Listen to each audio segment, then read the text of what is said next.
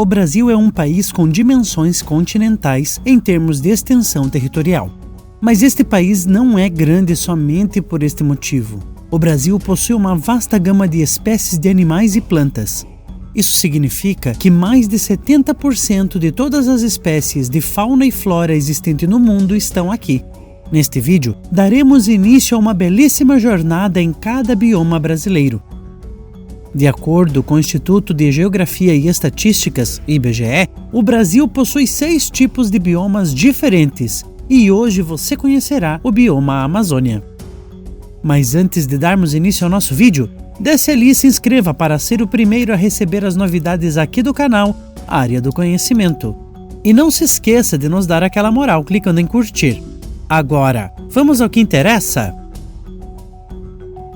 Antes de iniciarmos nossa jornada pelos biomas brasileiros, é de suma importância compreender que os biomas correspondem ao conjunto de ecossistemas que existem no país, cada um com suas características climáticas, físicas e biodiversas. Mas afinal, o que é um bioma? O termo surgiu da junção das palavras gregas bio e oma. Bio significa vida e oma, grupo ou massa.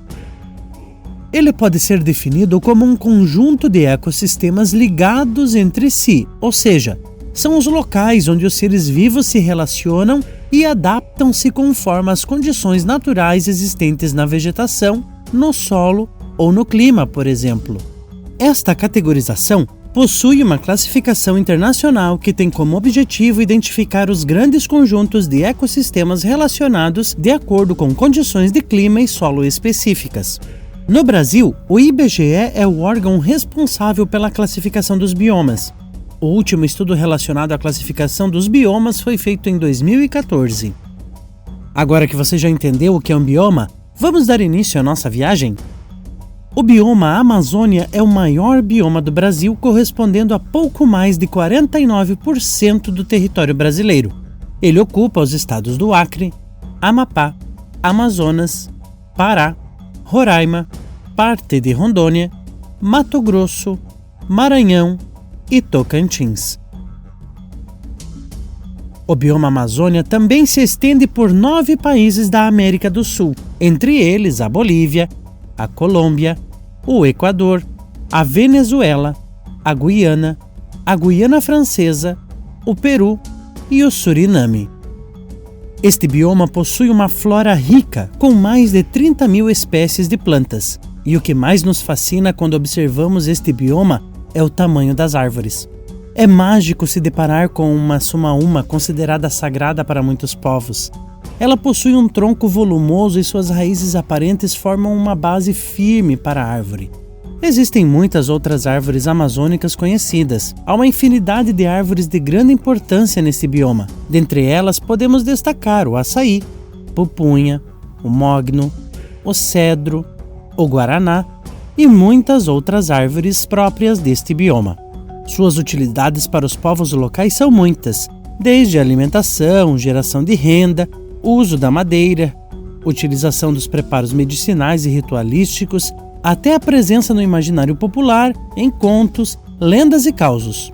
Um bom exemplo disso é a singularidade da Vitória régia, que é a flor símbolo da Amazônia.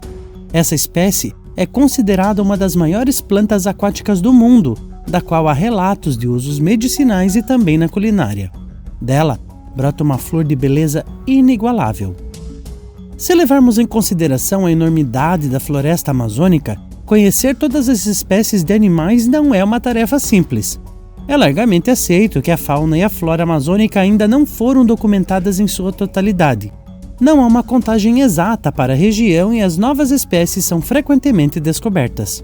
A Amazônia é um bioma brasileiro com a maior riqueza de espécies de fauna, abrigando cerca de 73% das espécies de mamíferos e 80% das aves existentes no território brasileiro. São cerca de 30 milhões de espécies de animais, sem contar os que ainda não são catalogados. Ainda não há uma definição exata da quantidade de animais presentes nesse bioma, uma vez que ele se estende por vários países. Nos rios, podem ser encontrados mamíferos como o boto cor-de-rosa, o peixe-boi da Amazônia, ariranhas e lontras. Em meio à floresta, pode-se encontrar onças pintadas, que por sinal estão ameaçadas de extinção. Uma enorme quantidade de primatas como macacos prego, macacos-aranha, macacos barrigudo, entre outros. Também podemos citar como exemplo o tamanduá, uma belíssima espécie de mamífero presente não somente na Amazônia, mas também em outros biomas do Brasil. Existe também uma grande diversidade de peixes neste bioma, como por exemplo pirarucu, piranha, piramboia, peixe-borboleta, tubarões, enguia elétrica e arraias. A variedade de peixes é tão grande que o bioma contém 85% das espécies de toda a América do Sul. São aproximadamente 2.005 espécies. Os répteis também são abundantes na Amazônia, incluindo o jacaré-açu, o maior de todos os jacarés, com tamanhos de até 6 metros de comprimento. Tartarugas, lagartos e serpentes como a sucuri, a famosa anaconda que já foi protagonista de filmes e que assusta pelo tamanho gigantesco que pode alcançar. Além disso, há muitos anfíbios que povoam as águas e solos da Amazônia. Sapos, rãs e pererecas de diversos tamanhos e cores podem ser encontrados lá. No céu, podemos encontrar uma grande variedade de aves, como tucanos, periquitos, araras vermelhas, uirapurus e muitas outras aves. No entanto, o número maior de espécies fica a cargo dos artrópodes, que englobam principalmente insetos, aracnídeos e crustáceos. Estima-se que são 2,5 milhões de espécies.